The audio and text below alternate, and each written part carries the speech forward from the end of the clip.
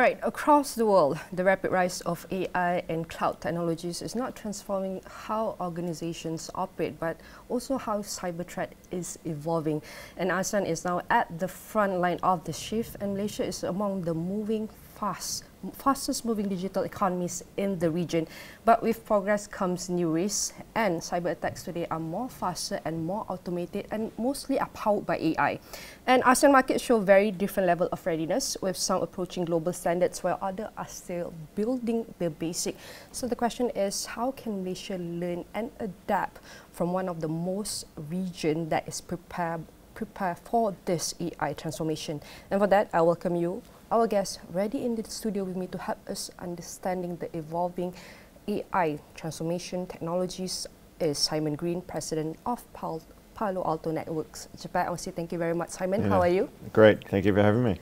All right, well, we know that AI is getting faster and more complex and more dynamic, and sometimes we can't even catch up with it.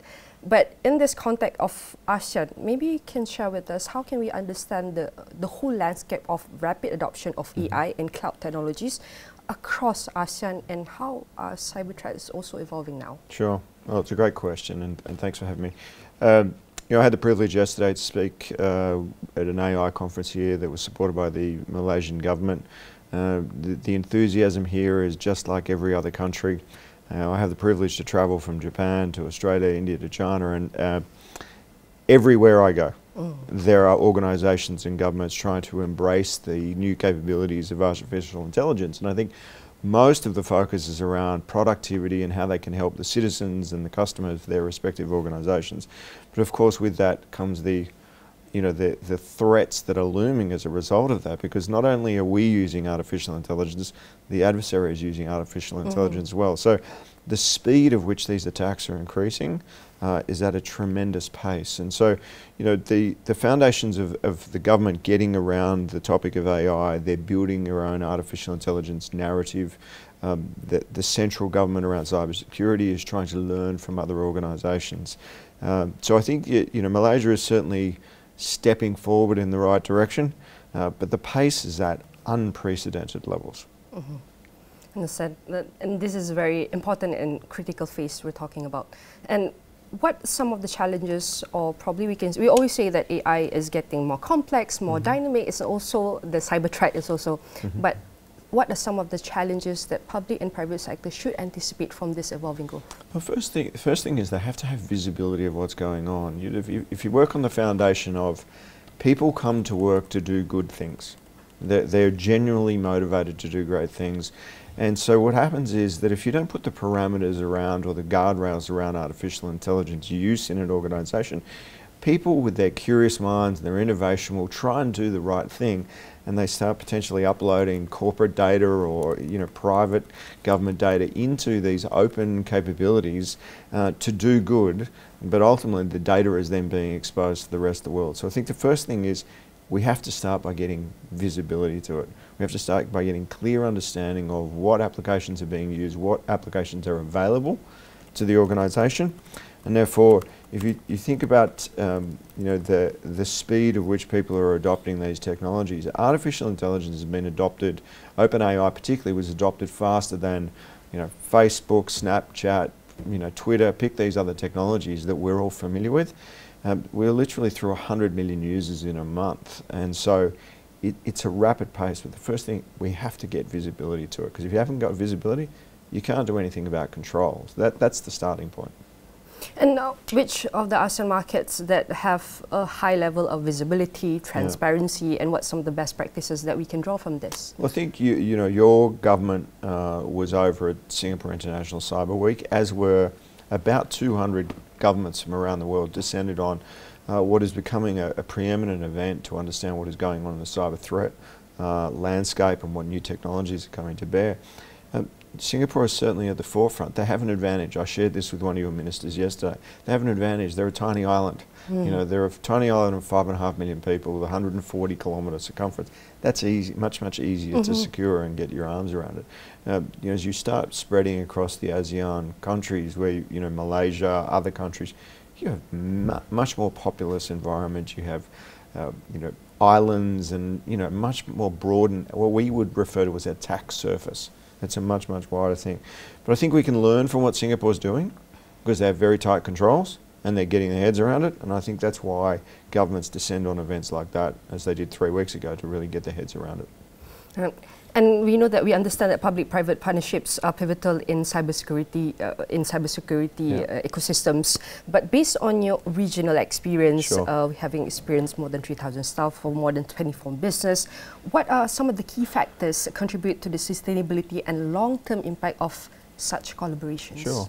So let's take a step back for a little bit. The cybersecurity industry was not an industry that was founded on collaboration. In fact, historically, it was about having a piece of technology and charging customers for that technology and their capabilities. The adversary, by contrast, collaborates very, very aggressively.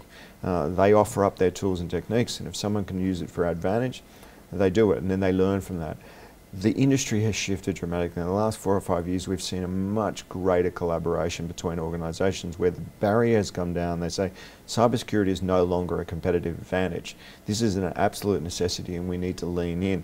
So what we've seen is this shift between public and private partnership now, where governments are saying, we don't have the capability to build everything on our own, which is where they used to be. We need to start looking to private organisations and bringing them to the table. So we're seeing some tremendous examples. Australia has actually led some of this effort recently, where they've brought in a lot of private practice, vendors like us, in the room, sitting with the government. They ask us to help with policy. They ask us to help with building the capabilities. They set the exam question for us, and we come together and we start to learn from it. We're starting to do more of that here in Malaysia, which is terrific to be able to see that. But there are learnings everywhere. India's doing some stuff, Japan's doing stuff, you pick another Southeast Asian nation. We've got great examples. Our responsibility is to come to your government and to other governments and say, here are the 5 or 6 really important things that are being worked on in other organisations, and here's what we can learn from those things. And now the governments are starting to communicate on this subject. So I think we're in a good time. I think the positive, optimistic position you would say now is that we have AI for good, and the adversaries are using it. The mathematics is actually in our favour from a defence point of view, and if we can build the collaborative effort, I think we're going to be in a very strong position to be able to defend against the attacks that are coming now from AI. And the public-private partnerships within, we can say, within beyond regulatory compliance or beyond regulatory compliance. Yeah. For every collaboration, it's not easy, public and private, because we know each company have their own objective and agenda, how the direction will be moving forward. So how, from your experience, maybe you can share maybe examples of a very successful collaboration between public and private partnerships in terms of having the results of how they play a role, proactive role in shaping a more strategic national cybersecurity? First, let's start with the bigger problem here we have right now. Governments, their responsibility to the citizens of the country, right, to ensure the protection of the borders of that country. They don't operate typically at speed, and we are operating in an environment now where speed is actually completely opposite to the way these governments are set up. In fact, even private practice, the way board governance is set up today, it takes months to get things done in an organisation, whereas now we're dealing in an environment where adversaries are getting in and out in organisations with AI in 25 minutes. Right? That's at a staggering amount of speed. Nobody is set up for that. In fact, by the time you and I finish talking, an adversary could have been in and out. So we have to find the right balance between speed and ensuring the policies are being enacted very well. I gave the example of the Australian government. We have now 4 deployed assets inside the Australian government where they've said we cannot possibly do what we can do at the pace at which Palo Alto Networks can operate. We've been innovating for 20 years. We spend billions of dollars a year. So they're now looking to leverage that with Palo Alto Networks. We've done the same with the Singapore government most recently. They've now said, we understand what the capabilities are that you hold with this global network of customers, 90,000 customers on a global level. That's an incredible amount of customers who are sharing and feeding with us information that we can then bring that to the government. So we've got examples where we put assets inside the government. Now they're cleared, they are now the responsibility of the Singapore government, but we feed that information to them to help them get better. And then to your question about the policy side of it, We have policy people inside our organisation who now work side by side with the government to help that speed, to get to that speed of that policy setting, as opposed to letting it sit inside the government where they don't necessarily have the expertise to be able to get it done fast. So we're additive to that process. So we have good examples everywhere. This is some of the measurable outcomes that we can adapt and follow. And also, I've talked to a few economists, experts, that we focus on some specific industry like semiconductors, AI. So they mentioned to me that one of the ways that we can increase our strength moving forward is we have to focus on the talent as well. Because, for example, in the context of we have a provider, we have the infrastructure, we have the best policy, but we don't have the talent to execute all of this. So, but how can we see this in the context of cybersecurity talents? So we have all the issue, but we have no one managing this. So how can we bring more talent pool within the cyber threat or cybersecurity ecosystem? It's probably the next hottest topic that I discuss with governments is talent.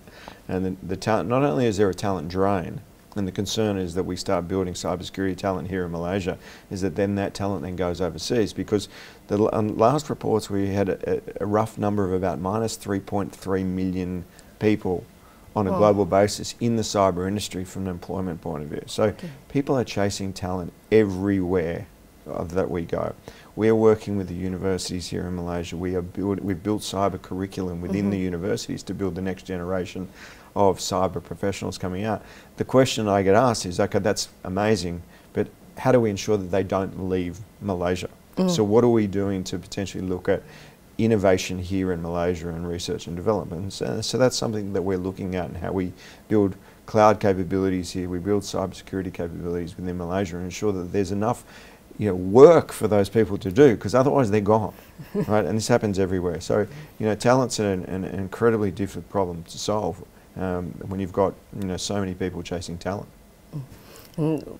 Skill and talent, we need at the standard of the global standard actually right now. Right. Well, the challenge with that, you're right. The challenge with that, though, is you come back to the key point. If we elevate everybody to the global standard, which is the baseline standard, that means we create mobility for people. So the important thing after that is we need to create interesting work for them to do at a local level. Because if there is no interesting work and they are of a global standard from a talent point of view, they could be in America or India, pick a country. They can go very, very quickly. Yeah, of course they would choose. So we've got to create this foundation of interesting work for them to be able to do. And so the conversations we're having here with not only the government but also private practice here is, how do we build that innovation within these organisations so the talent doesn't want to go. They're proud of working at Petronas or one of these other organisations and say, I want to stay in Malaysia. Yeah. And they also demand for productivity, for all the experience, for all the works. And we know that in all of this, we also need to take a look at resilience. Yes. And beyond resilience, what are some of the innovative frameworks or initiatives should the whole ASEAN regional Malaysia take a look at to pursue or establish itself as a global leader in cybersecurity and even AI governance? Yeah, we come back to your point about talent. This is a very, very popular set of economies, and I've worked in US technology companies for 25 years, and I can tell you most of them don't quite have the sensitivity to understand that there is an amazing amount of people out here in this region that we can potentially leverage. So one of my responsibilities is not just to ensure that I help protect the organisations here in the ASEAN and the Asia Pacific Japan region, it's to educate the people that are doing the innovation. As we look at, we're a United States company. We have a huge amount of research and development that's being done in the United States. How do I ensure that we can create that connection between the populations here and these talented people and the innovation that's going on there in America? And I don't mean taking the talent to America. I mean bringing the work. So, as an example, we were fortunate enough to, during the pandemic, we found this incredibly innovative company actually in Australia. And we acquired that company. And so what we ended up with is these 30 very, very talented individuals who are engineers in the cyber field. And so we took those capabilities and we started continuing to do that innovation there. That's the sort of work that we're trying to do. We're continuing on the lookout for that innovation, and then we want to leave it where it sits and where it builds, because the uniqueness is they understand your environment extraordinarily well. So So that's the innovation side of it. On the policy side of it, you know, this is just about getting the governments together, ensuring that with our government relations people, we create the connectivity, because again, we've got to come back to this point of the governments can't operate at a pace that they need to operate. You know how long it takes to get policy done. It takes months and months and months. And if we're in an adversarial world that's 25 minutes in and out, policy doesn't matter, because the adversary doesn't care, right? They don't care about the border, they don't care about policy. Yeah. I made these comments yesterday to the government. I said, the adversary is not sitting at a board meeting saying, oh, Malaysia's working on a new policy, let's leave them alone until their policy is completed. They keep coming. Its acts are relentless. So we've got to right-size this, and this is just, you know, building this collaborative muscle, this learning, and ensuring that people don't see security as a competitive weapon, right, or a competitive advantage, but in fact it's a foundation to ensure that, you know, we bring everybody together, because the adversary is outside. They're the problem. Right, and we've got to help them, you know, defend against those attacks. And almost every type of organizations right now is intact with technology and digital. No matter what you do, we will always have this digital in our lives. Right. Maybe probably my last question, sure, and my last focus for our discussion here. Maybe share with us and what are some of the trends that organizations take a look at, public, private, especially not from the organization that has been long here, standing, then they just want to transition from old technology to new technology, AI. But for those who's like new in AI, what advice would you give them? What type of economy readiness they should have, or prep? What kind of advice would you give? Well, I think there's a few things here. So you talked about digital is here to stay. Of course, digital and mobility is here to stay. I mean, I don't know how many devices you carry around, work and personal devices. Oh my God, a lot. Right. You know, I typically see on average 3 per person. So if you multiply that by the number of employees in an organisation, and if you've got 10,000 employees, you've got 30,000 devices. It's a very wide attack surface. So you've got to figure out from a security point of view, how do you protect all of those essentially endpoints, because that's the point where an adversary can jump on and get inside the network. So I think, you know, endpoint protection is very, very important. You know, the thing that people aren't necessarily thinking about today is that 87% of our work is done inside a browser. We open up a browser and we do this work. As I'm doing now. As you're doing now. It's one of the weakest points that we have in an organisation. So building a secure web browser capability is really, really important. So that allows people to come in, they can browse and work, you know, effortlessly within the organisation. Applications are sanctioned. The organisation feels a sense of safety because all of the control is being managed through that browser. That brings in the AI context. Through the browser, secure browser, we can see all of the AI applications that are being used, and therefore it gives the organisation to say, you know what, there's thousands of applications out there. These 10 are sanctioned, these 20 are unsanctioned, and the rest of them are completely blocked. Like, we're not going to allow you to do it. So therefore, we can give those controls. And then probably the most important area that exists in organisations today, and you talk about technical debt, there's a lot of data coming at organisations, right? If you think about all those endpoints, 3 devices, throwing off huge amounts of data, then all the servers, then the clouds, all of that's throwing off security alert information, and it's not humanly possible to be able to take all that data today and work your way through it. So we have to get to an automated security operations outcome. And that's probably the big area of focus for a lot of organisations now. How do I take all these alerts? How do I understand how quickly I can detect something and how quickly I can respond? And then, you know, your ultimate question around AI. You know, AI is here to stay. AI is for good. We have to make sure that we understand how we help people use AI for the benefits that AI will bring, but we've got to have controls, and that is probably the biggest challenge today for organisations. They're thinking about AI and the enthusiastic outcomes of AI, but they're not adding security to the conversation, and you have to be secure by design. And throughout our discussion, I've learned and understand that cybersecurity is not only a defense, but it's also the foundation of ASEAN, Malaysia, or any country digital economy. Yes. And again, I would say thank you very much. We know that region is moving fast, but cyber threats are moving even faster. And Malaysia has the talent, the infrastructure, and the momentum. But all we need to look forward is the strategic clarity to lead moving forward. Again, I would say thank you very much for this insightful sharing. Simon Green, President of Palo Alto Networks JAPAC. And again, I hope to see you again and have this fruitful discussion in the future. Yes, I look forward to coming back. Thank you for your time. Appreciate it. Definitely all of our discussion here will be featured in AstroAwani.com and across all social media platforms.